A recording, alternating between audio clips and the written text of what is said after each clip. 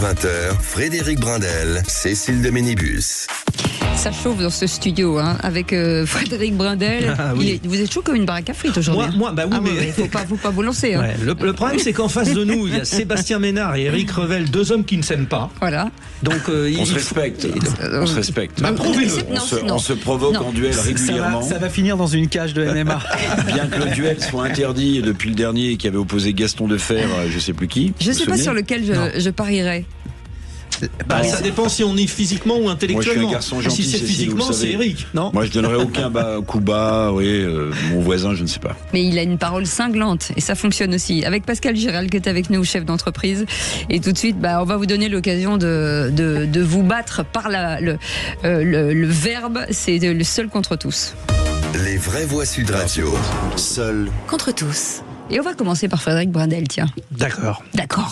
Moi, je vous amène sur le débat concernant la réquisition des logements vacants relancé par une proposition de loi. Le texte est examiné aujourd'hui à l'Assemblée nationale. Il prévoit d'autoriser les maires à réquisitionner des locaux en faveur des sans-abri et des mal logés, au même titre que les préfets. La question de fond reste, chers amis. Que faisons-nous des gens englués dans la misère? Souvenons-nous de l'ordonnance de 47. L'État avait réquisitionné 88 000 logements. Le président Jacques Chirac entre 95 et 97. Et puis, la loi de réquisitions attributaires pour logements vacants qui avait été votée en juillet 98. Depuis, plus rien. Les foyers d'accueil débordent, les gens dorment dans la rue ou dans leur voiture quand ils en ont une. Ça ne peut satisfaire personne, vous en conviendrez, j'espère. Parallèlement, la fronde s'organise et ne satisfait là encore personne. Résultat, le phénomène intolérable du squat des logements de particuliers en est... la preuve. Et il prend de l'ampleur. Pour le contourner, la solution n'est-elle pas finalement d'encadrer une mise à l'abri des gens dans des lieux laissés en jachère? Il le faudra bien, d'ailleurs, paraît-il, un 800 mètres carrés avenue Foch est actuellement inoccupé. La réquisition des logements vacants, c'est un peu comme les trafics. Pour les enrayer, ne faut-il pas légaliser la consommation, surtout quand la matière première ne tue pas, mieux quand elle est la vie? Alors... Juste une petite précision, mon cher Frédéric, parce que vous êtes expert sur le sujet. On parle de réquisitionner des logements publics ou des logements privés. Alors, on parle de locaux en général. C'est-à-dire que ça peut être... Alors, je vais vous dire mon sentiment. C'est un scandale. C'est juste un scandale. L'État est incapable aujourd'hui, et depuis plusieurs années, d'avoir une politique du logement, de construire du logement. Je rappelle qu'il y a 3 millions de ménages qui attendent des logements sociaux dans ce pays. Donc, pourtant, Macron avait dit qu'il n'y aurait plus personne dormirait dans la rue. Bon. C'est d'abord l'échec de cette politique-là. Il n'y a aucune stratégie. Demandez aux promoteurs, les normes qui s'empilent pour construire des logements. Donc déjà, voilà, l'État n'a pas fait son job. Et alors l'État qui ne fait pas son job voudrait réquisitionner des logements privés. Alors moi évidemment je compatis à tous ces gens qui sont dehors. Bon, on a quand même 800 à 900 000 immigrés illégaux dans ce pays. Bon, je compatis. Mais l'État qui n'est pas capable de construire des logements sociaux voudrait réquisitionner des logements privés. Vous qui aimez la musique, je vous renvoie sur Maxime Le Forestier, comme un arbre dans la ville. On peut faire des logements partout, on n'aura plus aucun espace vert. Mais non, on fait pas des logements partout. Mais en tout cas, moi je trouve ça scandaleux. Alors j'aurais pu être dans la bien-pensance, vous dire formidable, réquisitionnons des logements privés, tous ceux qui n'arrivent pas ou qui ne veulent pas louer leur appartement, qu'on les saisisse, qu'on les réquisitionne, etc. Mais franchement... C'est un naufrage de l'État sur ce secteur. C'est pas qu'un naufrage de l'État, c'est un naufrage de l'éthique. Accessoirement, l'une des premières libertés dans un pays libre, dans une démocratie, c'est le droit à la propriété. Donc, on n'est pas... mais le droit au logement, si. Non, mais attendez, le droit à la propriété, c'est aussi un droit. C'est-à-dire que celui qui est propriétaire de son bien, il a le droit d'en jouir comme bon lui semble. Voilà, s'il décide de laisser son logement vacant en lieu et place de le louer, c'est son droit le plus absolu. Moi, je vais vous dire la vérité. Dans la ville dans laquelle je suis encore élu pour quelques semaines, je suis contre les réquisitions. Je suis contre ça. Voilà, si on veut construire du logement, on peut construire du logement. Il y a des poches foncières, il y a des biens qu'on peut raser, sur lesquels on peut évidemment densifier, donc monter, grimper un petit peu en hauteur. Aujourd'hui, la réalité, c'est qu'effectivement, dans ce pays, et là, Monsieur Revel a raison, nous n'aimons pas l'immobilier, nous n'aimons pas le béton, nous n'aimons pas toutes ces activités qui sont... C'est heureux, il me semble. Non, mais attendez. Demandez dans les zones industrielles s'ils aiment le béton. Attendez, il y a aujourd'hui aujourd'hui, Monsieur Brindel, quand vous êtes né, vous avez une cinquantaine d'années, il y avait 2, bien plus. Attendez, laissez-moi, Oh là, Cécile. s'il vous plaît, laissez-moi juste vous faire une démonstration qui est factuelle, qui est anthropologique. Quand vous êtes né, Monsieur Brindel, il y avait 2,7 milliards de bipèdes sur cette planète. Il y en a près de 8 milliards aujourd'hui. Donc évidemment qu'il faut densifier, évidemment qu'il faut loger et nourrir Et tous vous, ces vous gens. dites, ben, on gâche, justement, il y a des endroits qui ne servent à rien, donc on les gâche. C'est pas ce que je dis. Alors, qu'est-ce qu'on fait? On fait des tours de 1000 étages. Ce que je dis, c'est qu'encore une fois, cristalliser le débat sur les salauds de riches qui ne mettraient pas dans ça. Mais bien sûr que ça. Mais bien sûr que c'est ça le sujet. Le sujet, si vous êtes de droite, Allez. effectivement. Ah bah oui, je suis de droite sur ces sujets-là. 30 secondes pour... Je pense que vous parlez d'une solution d'urgence en termes de réquisition. C'est exactement Mais ce qui s'est passé, réquisition ouais. de biens privés, comme on disait tout à l'heure, ça doit être quand même super encadré. Parce que pour combien de temps, comment, à quel prix, qui va payer, Personne, évidemment, etc. comme d'habitude. Ça me paraît super compliqué. Alors l'effet d'annonce qui consiste à dire on va réquisitionner, c'est bien, mais la mise en pratique me paraît extrêmement difficile. Bah, c'est tout l'enjeu de cette situation. Si quelqu'un d'intelligent peut organiser, ça me semble être du bon sens, tout simplement. Mais non, pas du tout. Merci Absolument beaucoup, pas. Frédéric Brindel. Éric Revel, c'est votre tour. Comment ça va Emmanuel Macron va lancer un grand emprunt européen. Ah oui.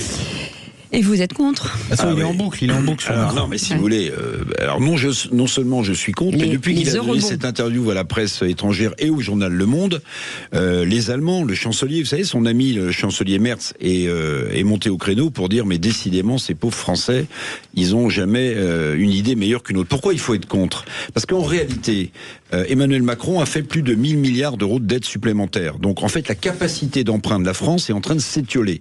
Donc, on essaie de construire un paravent européen en disant on va émettre des eurobonds, c'est-à-dire des obligations européennes avec des taux d'intérêt sans doute plus bas, parce que tous les pays ne sont pas du tout dans une situation financière en Europe. Donc on va essayer d'emprunter globalement en Europe pour essayer de faire les fins de mois français. Je pense que Emmanuel Macron, il n'a qu'une seule visée, je vais vous le dire. Il parle de souveraineté européenne, il parle d'emprunt européen. En fait, son futur job qu'il vise, C'est d'y aller. c'est d'être président de la Commission européenne à Bruxelles et de remplacer la fameuse Ursula von der Leyen. Mais si vous voulez, on peut pas faire endosser aux autres le fait qu'on est incapable chez nous pour l'instant de faire des réformes d'État qui vont faire baisser la dépense publique ou le déficit budgétaire. Voilà. Et d'ailleurs, regardez, vous verrez, le chancelier Merz a dit « No way ».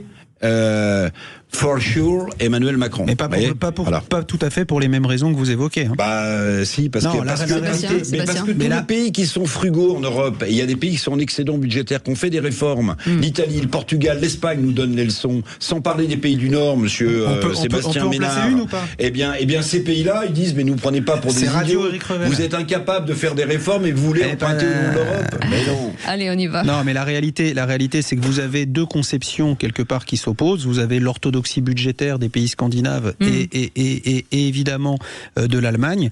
Et puis vous avez une vision, j'ai envie de dire, un petit peu plus ouverte sur la dette, qui est celle de Macron, et il n'est pas le seul. Après, moi, je ne suis pas choqué à l'idée d'avoir des dettes structurelles, des emprunts européens, si on arrive à construire une armée européenne, si on arrive à adresser des chantiers qui sont utiles, je dirais, à l'intégralité de l'Europe et de la communauté européenne. Mais s'il s'agit effectivement, avec cette dette, de racheter de la dette ou de patcher les dettes des États, etc., sur notamment des dettes de fonctionnement, parce qu'on est incapable de réformer un certain nombre de pays, dont la France, là je suis d'accord avec vous, monsieur Revel. Mais vous racontez beaucoup de bêtises. Allez, monsieur Brindel. Nos amis allemands, non, parce que vous êtes d'accord avec moi, donc je vois pas encore. Nos amis allemands, ils sont drôles parce que c'est quand même eux qui ont inventé le principe. Théorème de Schmitt, les investissements d'aujourd'hui sont les profits de demain. Donc ce que dit le président Macron, c'est on investit. Et d'ailleurs, dans des domaines, l'intelligence artificielle, la transition écologique, le quantique, on est bien obligé. Donc il y a bien un moment. Et puis moi, je vous pose la question, à quoi ça sert l'Europe? C'est Edith Piaf qui aurait pu le chanter aussi. L'Europe, ça sert bien à mutualiser. Si on y va pas ensemble, on arrête tout de suite. Mais je connais la théorie keynésienne, la dépense publique, quand c'est de l'investissement, de la croissance et de l'emploi, on est tous pour, mais là, c'est pas le sujet. Bah, si. Mais non, c'est pas le sujet. Il faut bien lancer quelque chose. Mais en réalité, c'est l'aveu qu'avec l'état de nos finances publiques, on est incapable dans ce pays d'investir pour créer. Alors quand on du nous dit développement vous pouvez économique. rien faire parce que vous êtes pieds et Non, poings moi, cette liés Europe fédérale, je veux par pas. l'Europe, Voilà. et puis alors quand il fait quelque chose chose avec l'Europe, on lui dit non parce que c'est pas bien. Moi je dis que l'Europe, si ça doit servir à quelque chose, ça doit servir à ça. Allez, vous m'avez coupé l'herbe sous le pied parce que j'allais demander de quoi était composé cet emprunt. Qu'est-ce qu'on mettait dedans? Parce que visiblement c'est pas très détaillé. Il y a la tarte à la crème ouvre climatique. un emprunt et on met tout dedans, tous les problèmes qu'on a, on met tout dans l'emprunt et on dit on va faire un emprunt et alléluia, ça va résoudre tous les problèmes. Comme le sujet précédent, ça me paraît aussi difficile à mettre en œuvre. Absolument. Merci beaucoup, messieurs. Vous n'avez rien à rajouter? Je pense que j'ai été clair. D'ailleurs, tout Éric Revel est un anti-européen primaire. Non, je suis un anti-Europe fédérale, moi. Oui, je suis pour vous n'êtes pas le seul. Vous n'avez pas le monopole de l'anti-Europe fédérale. Non, j'aime pas cette Europe-là. Voilà. Moi non plus.